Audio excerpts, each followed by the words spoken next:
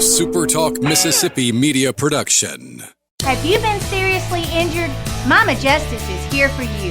Our medical team partners with top-notch doctors, surgeons, therapists, and urologists, ensuring a comprehensive recovery journey. If you've been injured, call Mama Justice today. We're here for you.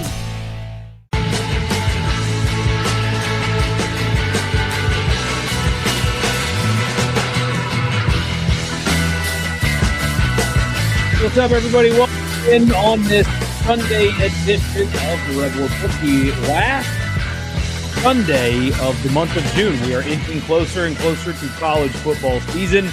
And, I mean, before you know it, I'll be in Tampa at SEC Media Days. And, of course, we will have all kinds of stuff for you from there. Hey, Dad and I doing the radio show. Of course, you'll get all kinds of podcasts and stuff from me from there as well. That's not too terribly long from now. It's like 4 weeks away.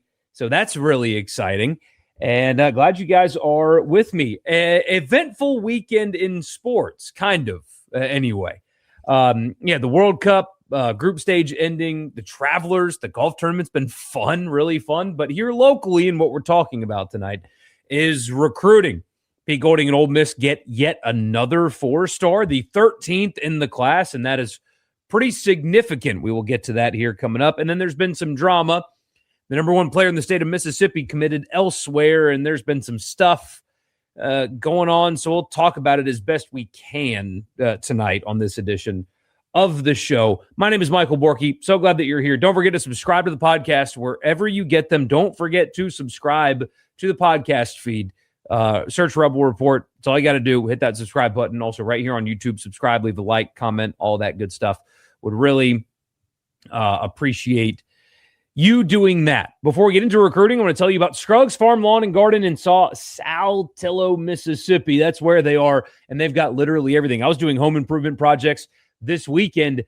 That's what you do in the summer. That's really what you have to do all the time. If you're a homeowner, it just never ends.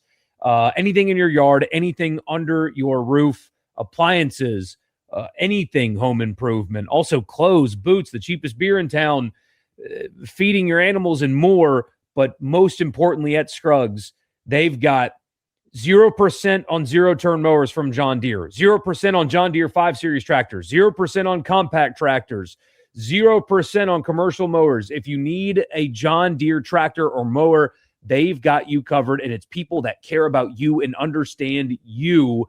Also, if you want a Gator, I mean, you got to break the bank on this one, guys. 1.9% financing on a Gator. 3575 Tom Watson Drive, just outside of the great city of Tupelo, Mississippi. When you go, tell them that it was me that sent you there. So, as you guys know, the caveat with recruiting conversations on here is always, especially this time of year, it is late June. Things can change both for the better and for the worse. It is also the portal era. Recruiting is very, very, very important still, as you're seeing with this year's roster in particular. Locking down players within the state or just locking down good players is important, even if some of them do leave. Your entire recruiting class does not leave every year in the transfer portal, so high school recruiting is still important.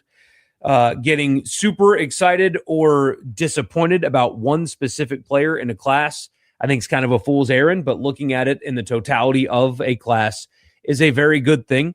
It is valuable and important. So there's the same caveat that I give every recruiting conversation. However, Ole Miss did it again. Alvin Mosley, he's from Texas. He's a wide receiver. He is, according to Rivals, the number 213 player in the country. He's a top 120 guy on 24/7, but he is a consensus 4-star across the board wide receiver, and he committed to Ole Miss just yesterday. Had a group of finalists of Arkansas, Texas, and Houston for what it's worth. Actually, a pretty cool video of him doing his commitment ceremony and then getting Pete Golding on FaceTime, and you can hear Golding because he's got a microphone in front of him. The player does, and that's cool. It's really good stuff there. Another 4-star that is the 13th blue chip prospect in this recruiting class at Ole Miss. And 11, when we talked about this last time, they had 11 blue chip prospects. That was the most since 2016. So obviously they have expanded on that by 2. That 2016 class was number 6 in the country and had 15 blue chippers, 12 4-stars, 3 5-stars. So I don't know if they're going to get up to number 6 in this class or not, but they are on pace to dramatically outpace, if you will, any recruiting mark that they have made since that 2016 class, which is very important. It is, as I say, every single time they get a commit, it's just very impressive that they've been able to keep the momentum despite the coaching change. Not every program has a coaching change and can continue recruiting, player retention, portal, high school recruiting, in fact, improve on the high school recruiting front the way that this coaching staff, the way that they have, the way that Ole Miss has. It is a clear indication that, look, it may go poorly. I don't know. It may go poorly. Who knows? Games have to happen. But I do think the portal, player retention, high school recruiting is just proof positive, something that you guys already knew, that Ole Miss has built infrastructure where it wasn't just one person that was winning games. You can't win 50 games in 5 years at Ole Miss if it's just one person. There's an entire ecosystem that has been developed, and it's still running under Pete Golding. So good pickup. Again, 13 4-stars. They have moved up rather quickly in this recruiting class, has Ole Miss. They've really done a heck of a job, and here they are, just continuing on a really quality path for Pete Golding. So, again, they have really ascended in these class rankings.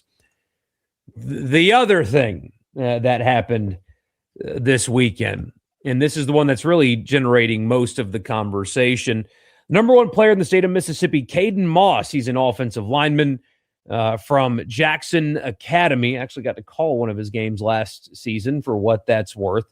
Obviously, big dude. He stands out a little bit, especially in private school ball. Committed to Ohio State over the weekend.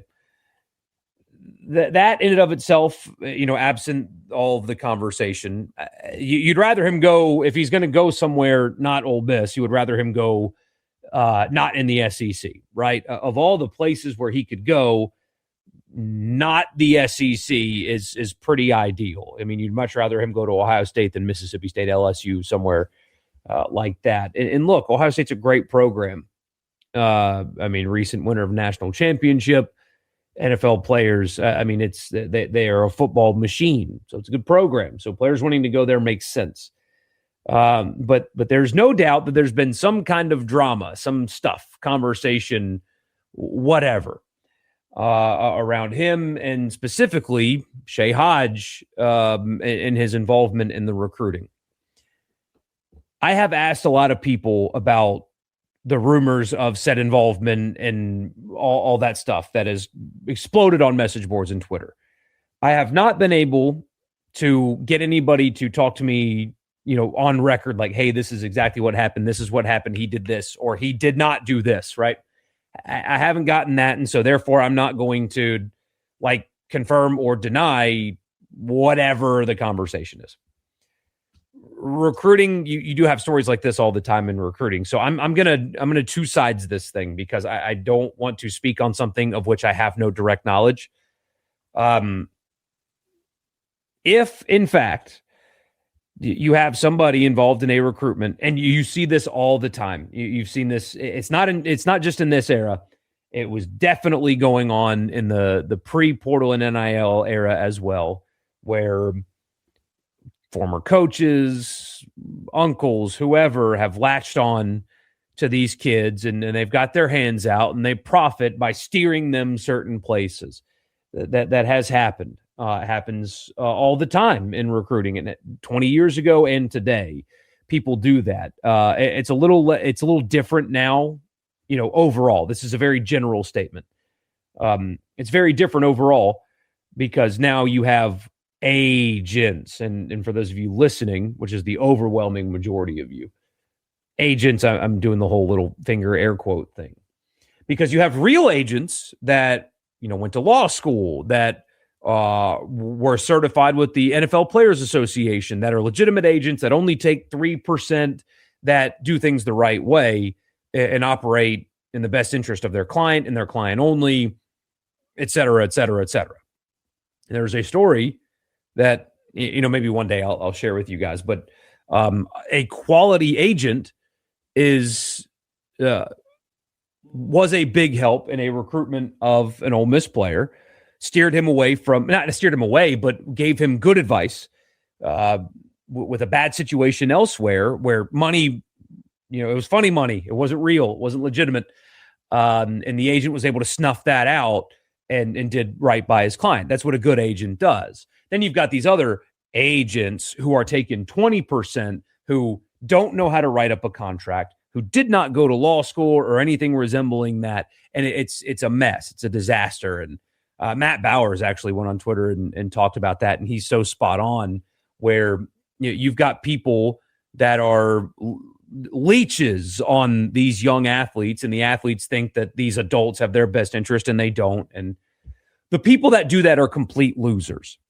People that steer players to certain schools for their own financial benefit are complete losers. And it's a shame that happens, but it happens all the time. I do not know if that's happening in this case, but that's a blanket. Those people are complete losers, regardless of who they are or what they've done. That's just loser behavior. If that is not happening in this case at all, it is unfortunate that a former player is getting caught in the crosshairs of an untrue thing, if it is in fact untrue. I would say that this recruitment's not over. Ole Miss is not going to give up on the young man. A 4-star offensive lineman in your own state, yeah, no shot that they're going to give up, especially if he's committed to far away. And so I don't think it's best for, if in fact the young man has somebody in his camp, to have like an online campaign against the person that this player is confiding in. I think that's probably not the best thing to do either. Was that ridiculous? Like, am I waffling enough for you guys? If that is in fact not happening, though, I will say that Shea needs a PR guy. One of those things where, log off Twitter, stop tweeting about it. Especially don't do Joker gifts and things like that. Don't bring in Deuce McAllister into this, and that kind of stuff. Just kind of stay off Twitter. Hand up, I do this too. Too many people just spend too much time on Twitter. It's like, people at Ole Miss have done that in the past. You guys know, you've seen it. Why do you have to? You don't have to tweet. You don't have to take to Twitter. That there's a way that if this is in fact not happening, if you're not steering a kid a certain place for your own benefit, there is a very easy way to get people to stop thinking that, and taking to Twitter and doing that is probably not the best way. So that's a lot of words to say. I have no idea what's happening here. You hope for the athlete that is not the case. You hope for a former player that is not the case, and this can get put to bed and everybody moves on and holds hands and skips away happy. But we tweet too much as a society. That's my biggest takeaway here is we tweet too much. This recruitment is not over. I think that I would avoid personally posting about it. Either way, regardless, but especially until something like that is verified, because you really don't want to isolate a former player either. But again, I don't know what's happening here.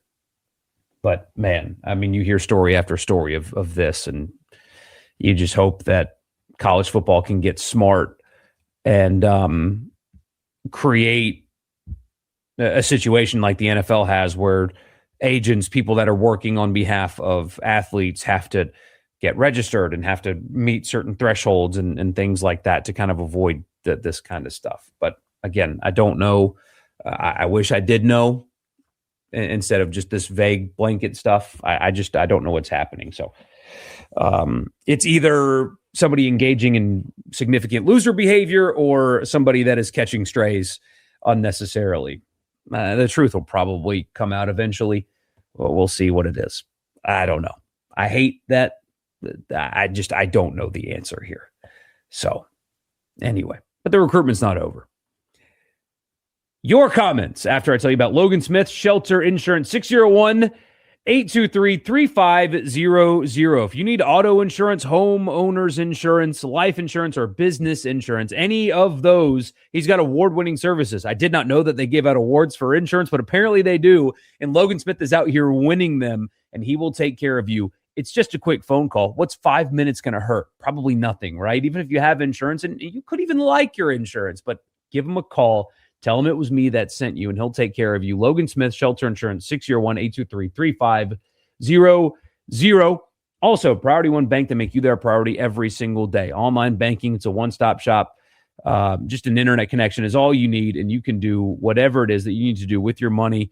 Local loan servicing and decision-making, 16 locations. It's in the name at Priority One Bank. Bank with me at Priority One Bank. Also, Advantage Business Systems for all of your Mississippi office technology needs, absms.com. How we doing? Doing good. Doing really good. I assume you'll explain the whole Shay Hodge thing because I haven't cared enough to do my research on it. I guess it doesn't matter that much to me. I guess I didn't explain it at all, really. I don't know what's true and what's not, but I feel like you guys are going to want to talk about it. So that's why I did. We are in peak off season. Oh, yes, we are. Absolutely. List season, baby. Definitely worth talking recruiting when in the span of a week, Ole Miss's class jumps from 34 to 12 on the 24/7 rankings. Yeah, no kidding. Any chance they get a flip or two? Oh, there always is a chance for that. They're not going to stop working. Not talking down on recruiting. It's just hard for you to care about recruiting when close to 3/4 of the commits won't play past the third year of eligibility at Ole Miss. True, but you can't not build a roster that way. You signing good players matters. I mean, then we can't, if we're going to just be dismissive of, well, they're not all going to play. Well, there's 85 players on a roster. Only like 40 of them play. You can do the same thing with the portal class. Ole Miss signed a lot of guys in the portal class, and a lot of them are going to play, but certainly not all of them. So that's why I tend to, especially with high school, speak on it as just, hey, the class as a whole, and instead of individual players. Because even in the past, individual players that were sure things didn't work out because it's football. It's evaluating. Only 50% of 5-stars get drafted. That's the highest number of any recruit, but that's literally only half of them. So I think that's actually improving a little bit, but that was the general number over the years. But roster building is still important. It most definitely is. Always laughing under a guy's recruitment post. There's a fan of a team saying we never offered, or he never visited, or my favorite, we moved on from him and didn't want that guy. Oh, yeah. Glad that they clued you in on how to say Saltillo. But here's the thing. They never corrected me. They must be too nice. They're too good of people there.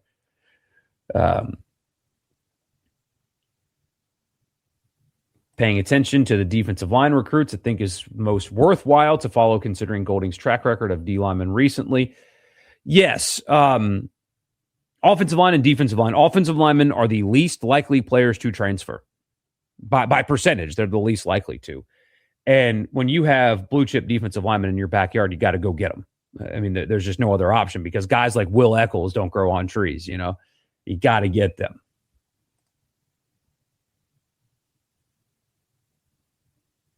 Like the stream folks? Yeah, I would appreciate that. There are still plenty of high school players in Mississippi who are being advised to leave the state. That is absolutely a thing that does happen.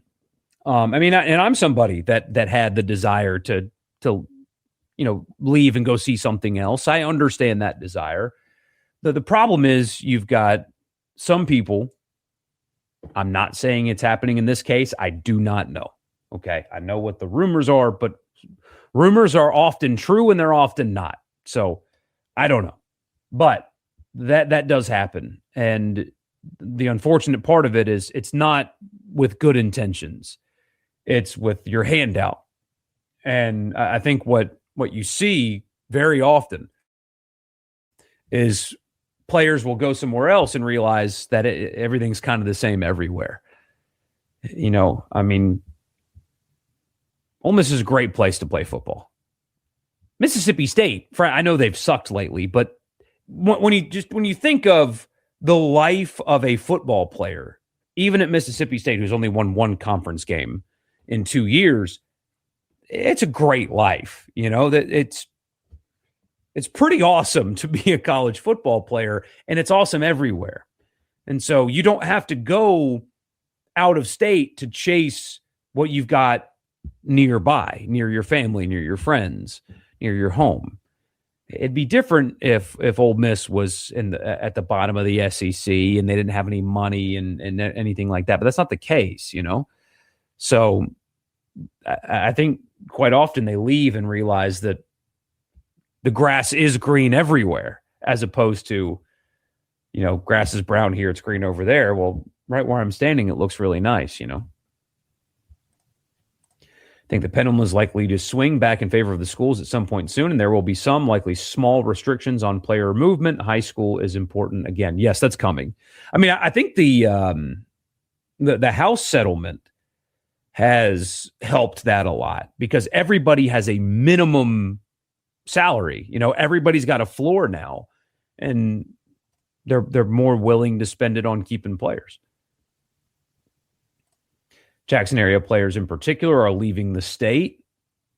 That has happened a lot lately, hasn't it? Here's a question for you. What NFL team stock are you buying going into this year, and whose stock are you selling going into this year? Who's your way too early Super Bowl prediction? Buy the Saints. The Saints are going to be in the Super Bowl. They'll play the Chiefs, and they'll beat them. No, I'm kidding. Who am I buying and selling? Okay. Well, I mean, some of them are obvious. Like I'm a hard sell on the Jets. Honestly,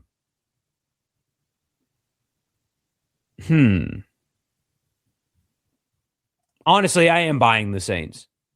That they've got quarterback figured out, offensive line. They did a really good job in free agency, and they've drafted the 2 years going into this draft really well there. I'm buying the Bears. Selling the Cowboys, selling the Commanders, selling the Eagles.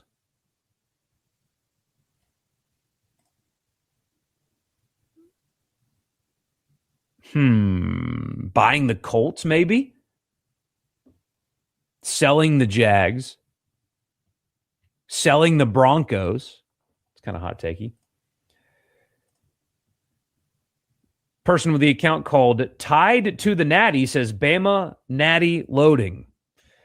Yeah, go ahead and turn off the video game, and read a book maybe.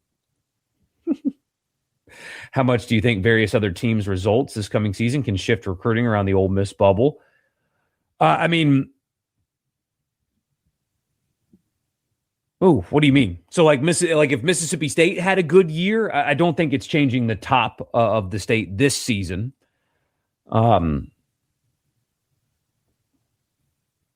If that's what you're asking, I think that they could kind of get back into the game because you guys know the dynamics of this state. Nobody can ever truly dominate every player in this state. There's too much political stuff. There's too many,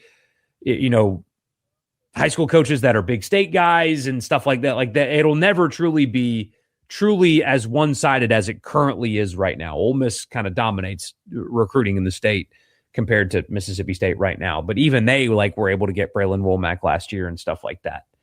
So there's the dynamics here are different compared to other states. Some other states anyway.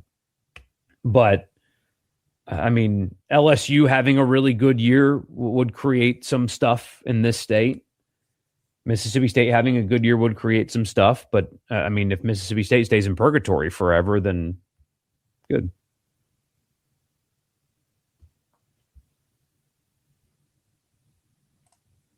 No offense, but if all you've ever known is Jackson, then I wouldn't blame you for wanting to get out of the state. It's not a political statement, but facts are facts. I mean, I grew up in a really cool town, and I just kind of wanted to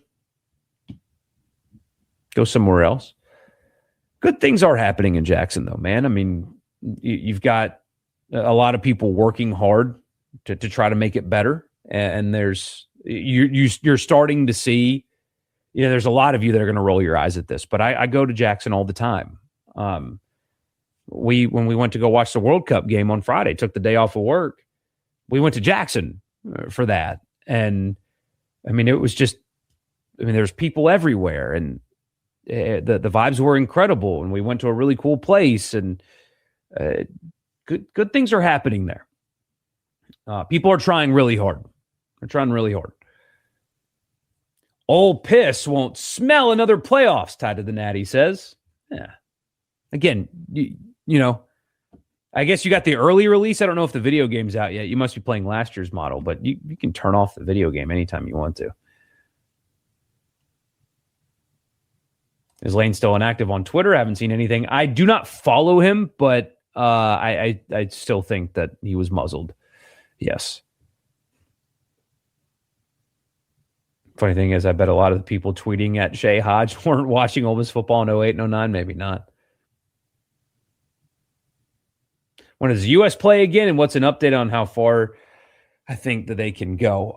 Wednesday night, 7 o'clock, Bosnia and Herzegovina. Bosnia. Solid club. I mean, they'll be tested on Wednesday. The United States are the favorites, though. If they win, they will play the winner of Belgium and Senegal, I believe, on Monday. So Wednesday, Monday, I believe. Let's see.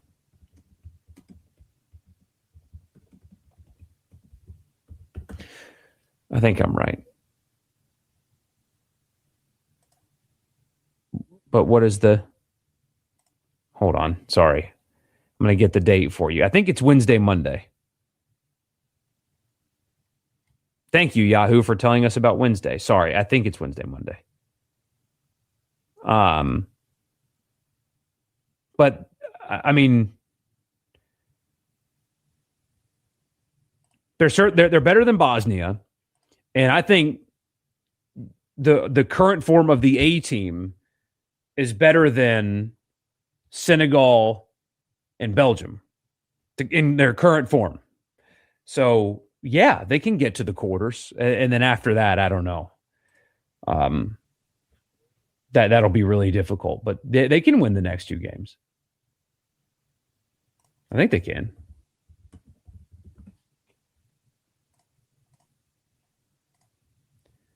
Don't know if it's just you, but as of now, still not that hungry for football yet. I love it, but I'm still content following baseball, and now some dead time in the summer. Maybe it's all the drama.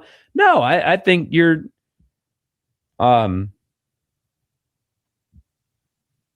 I think you're spot on. It's nice to have a little break. I bet when Media Days gets here, you'll be excited. What's going on with Caleb Unger? Honestly, I have no idea. That was the guy that was committed to State and has decommitted. Possibly Colorado trying to just, do Colorado things. I think that might be the case.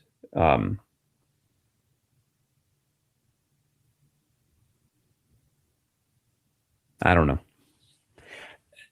I don't know if he's high up on Ole Miss's board. Love Trinidad's comments about what Lane said in the Vanity Fair article. Looks like he stood out at the Manning Passing Academy. Yeah, so the standing out at the Passing Academy thing, I don't understand.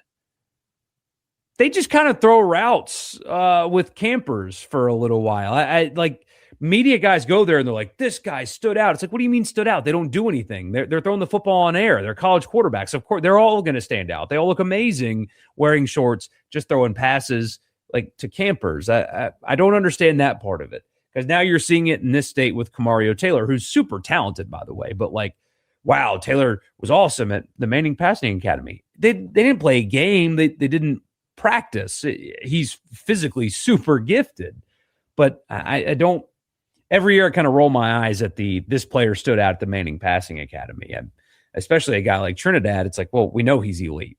So, throwing some passes on air to some campers, well, of course he's going to look good. The Vanity Fair comments were excellent. He's very smart. And he's very thoughtful. Um, I read those though, and I think I've made a decision about how I'm going to handle media days because I'll get a one-on-one with him, and I'm not going to ask him about what Lane Kiffin said. I'll ask him about the new offense and, Pete Golding, John David Baker, those kind of things. But truthfully, now that he's been asked, and I'm sure, lazy media guys are going to ask the same thing to all three players and to Pete Golding while there, even though now we have Trinidad on record, we have Pete Golding on record talking about it. I don't find it necessary anymore to continue to litigate what Lane Kiffin said about Oxford and Ole Miss. He is wrong. He was wrong.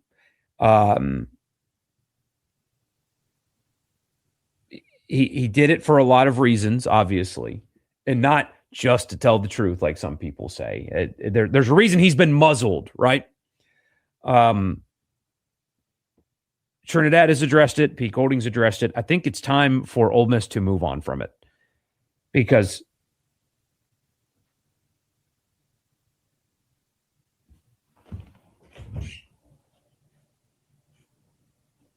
sorry, June's making weird noises. Lost my train of thought. Let me reset. It's been addressed. It's been talked about. Lane Kiffin came away from that whole thing looking bad. The media reaction to that was, what's he doing? I mean, we've already talked about this. Did 4 more interviews relitigating the same topic over and over, and it just kind of looked sad. There's no need to talk about it anymore. It's been addressed. People aren't talking about it. People aren't thinking about it. People almost universally, outside of the state of Louisiana, people almost universally were like, he's being an idiot. So I think Ole Miss should move on. I think now when they're asked about it, their answer should simply be, we're moving forward. I'm looking forward to the season. I don't need to talk about the previous coach. I don't need to talk about something somebody else said. I'm focused on my team in this football season, and that's all I'm focused on. Ask me about that, please. I wouldn't address it anymore. There's no need to litigate it anymore. You've got good quotes on record. Let those stand out there on their own. I'm not going to ask him about Lane Kiffin in that way. I'm not going to ask Kewan. I assume Kewan's going, and I assume Eccles is going. I mean, those are no-brainers. Those 3 guys have to go. I'm not going to ask him about Lane Kiffin's comments in Vanity Fair. They've already talked about it. This season needs to be about them. And unfortunately, the first 3 weeks of the season are not going to get to be about them. It's still going to be about somebody else. But this season needs to be about them. And I can't sit here and say that and then turn around and make it not about them when I get the opportunity to talk to them. So I'm not going to do that. Saltillo isn't the only one. You pronounce Corinth correctly. Wow, a lot of people say Corinth. Yeah, I hear that a lot. Glad to see the top-rated players in the state are coming to Ole Miss. Yeah, I mean, it's no surprise that they are currently assembling the best recruiting class since 2016. There is more effort being made in that regard. There just is. Any NIL numbers post that someone online posted are pure speculation and certainly not true. One I saw go semi-viral said Ole Miss spent $30 million, LSU 43, and State 14, which I don't buy at all. Yeah, I mean, that's lower than the rev share number. I mean, they had Vanderbilt at 14. Vanderbilt signed a 5-star quarterback. I mean, give me a break. So, yeah, no, those numbers are exclusively just stupid. How do you think Pete Golding and if Dan Mullen were hired back would recruit against each other now in the NIL era for Mullen? I still think even in the transaction era where it's a lot more transactional, I still think Mullen would not do as well in recruiting in the state as Golding simply because it's not his strength. But I think Dan Mullen would do well. He's solid. He would stabilize that place, and he would be candidate. I don't know if university leadership would see it that way, but I interact with State fans every day at work, and Dan Mullen would be candidate number one as long as UNLV has a good season. Dan Mullen will be candidate number one at Mississippi State should Jeff Lebby get fired. For sure. Fan base candidate number one. Travelers was fun today and will be interesting in the morning. What was your opinion on the Wyndham Clark situation last week? So I'm a stick in the mud when it comes to golf. I thought that the display that Wyndham Clark got was an embarrassment. I think that the way that Matt Fitzpatrick was treated at Harbortown was too far also. So I'm consistent with it. It's fine for somebody to root for Scotty over Matt Fitzpatrick. Golf is not football. It's a different culture. You've got people that think, oh, well, football players get yelled at. Who cares? Well, golf is not football. I think that it is a sport that when they call it the gentleman's game, it's kind of cheesy, but I like that about it. I like that there's decorum. I like that there is standards of behavior. I like that fans are expected to conduct themselves and treat the event with class. And that wasn't that. You can root for Scotty or root for Sam Burns and not treat an American player at the U.S. Open the way Wyndham got it, even if you don't like the guy. I've been to plenty of golf tournaments where guys in front of me, players that I don't like, I don't like Bryson DeChambeau. I don't like him at all. It would be a pleasure to go watch him play golf, though. One of the best players in the world, multi-time major champion. So if I got the opportunity to go see him play, I'm not going to sit there and heckle him, number one. And if he hits a great shot, I'm going to clap for him. If he makes a long putt, I'll make noise and give him that, because that's what you do on the golf course. That's how you behave at a golf tournament. And I don't like that the sport is turning away from class and into just Twitter in real life. I don't like that at all. And I want us to go back. And if it means the game shrinks a little bit, then growth. Not all growth is good growth. This is bad growth. So yeah, it's a very long-winded answer, but I don't think any player should get treated like that. Brian Harman got booed on the first tee at the Open Championship. It's embarrassing, especially in the part of the world where they play golf the right way and their fans act right. No laying up will tell you that that never happens over there. Intentionally ignoring the treatment that Scotty got at the Open when he was winning. And again, Brian Harman getting booed. So it's not an American problem. It's just I don't get it, man. That sports are different. And the NFL scream your head off. Pound beers, get drunk, yell, scream, carry on. That's football. In golf, you got to act right. And if you can't, you don't belong on the course. Why are all the USA games on the West Coast? Travel. They did it for travel. I don't necessarily agree with that explanation. I think that they should have had, because they get to choose their location, the host country does. They should have done Seattle, although SoFi Stadium looks freaking amazing on television. That place looks beautiful. And shout out to the fans that have gone to LA to create environments. I was surprised how awesome SoFi looked with the American flag kits everywhere. But they should have done Seattle, I guess SoFi. SoFi's won me over. And then Kansas City or Atlanta or Dallas for the third game. They should have thrown the central United States or the eastern United States a bone there. Never watched a USA soccer game in my life until last Thursday. Didn't have a clue what was going on, but boy, that was fun. I'm hooked. And Jody, the beautiful thing about that is that was all of our backups. They rested the starters. And so you'll get a more, I think you'll get a more impressive team on Wednesday. Is Deion going to put Colorado football in purgatory? I think he's done after this year. Remember when Joe Milton was the best quarterback ever at the Manning Passing Academy? Oh, I know, right? I mean, that kind of stuff, I'm dismissive of. Do you think Lane will get more questions about Ole Miss or LSU at media days? If I were his SID, I would tell him the same thing if I were Kyle Campbell, I would tell Pete Golding. If you're asked about Lane Kiffin, loved coaching for him. I'm focused on my team now. I don't have time to talk about week 3. I've got Louisville coming up. I've got to get ready for. Those are my answers. Anytime somebody asks you about Lane Kiffin, I'm focused on my team, guys. I don't have time to think about that. I would give the same advice to Lane Kiffin. Well, Lane, you left Ole Miss. You know, I've already talked about it a lot in the past. I'm focused on my football team. If you want to ask me about my team now, I would love to answer. If you want to ask me about the past, I don't have time to focus on that. Those would be my answers. That's what I would tell them to say personally.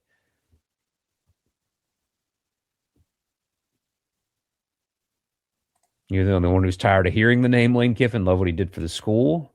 Thank him for that. Have zero respect. Yeah, I mean, a lot of people are, and unfortunately, you're going to have to just hear it so much, and it'll never end.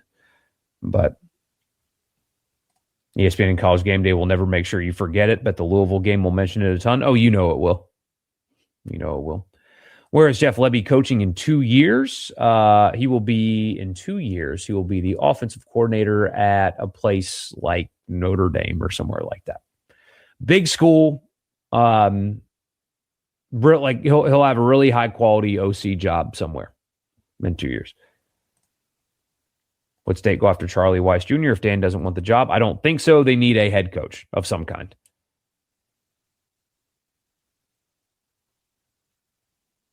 He's getting a lot of money, but I never fully understood why Weiss is so tied to be under Kiffin when he easily could get a big-time job elsewhere. Could he easily, though? I think the playoff going the way it did a lot for his Q rating. But, I mean, nationally, we knew and talked about how valuable he was. But maybe he's not getting the chances that people think he is. I don't know. Call me.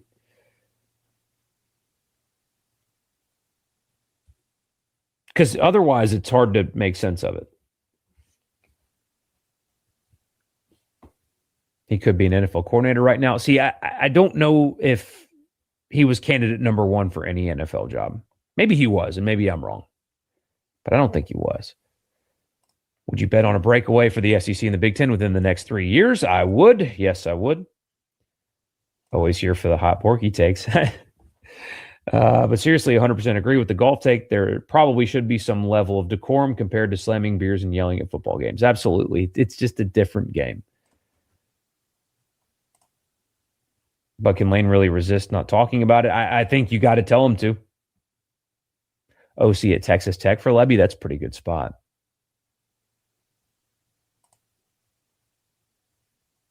Ready for the rest of the country to catch on to how much of a hypocrite Saban is. Why anyone wants his voice on the future of college sports is beyond me. Cody Campbell also, at this point, seeing the way that he's handled the Sorsby thing and the aftermath of it, is that? I know he's financially backing Ted Cruz, but is that really the person that we want lobbying on behalf of college sports? I don't think so. Is Hugh Freeze an option for State? No, he's done. Yeah. He wasn't even that good at Liberty, but no, the offense is dated. He had super talented teams that he couldn't win with. Nah, he's done. And also, I'm done. I really appreciate you guys being here. We'll be back on Tuesday night. As always, I will see you then. And we're getting close to turning the calendar over to July. That is pretty wild. I'll see you guys on Tuesday. Really appreciate you. Enjoy the rest of your weekend, and I'll talk to you then. A SuperTalk Mississippi media production.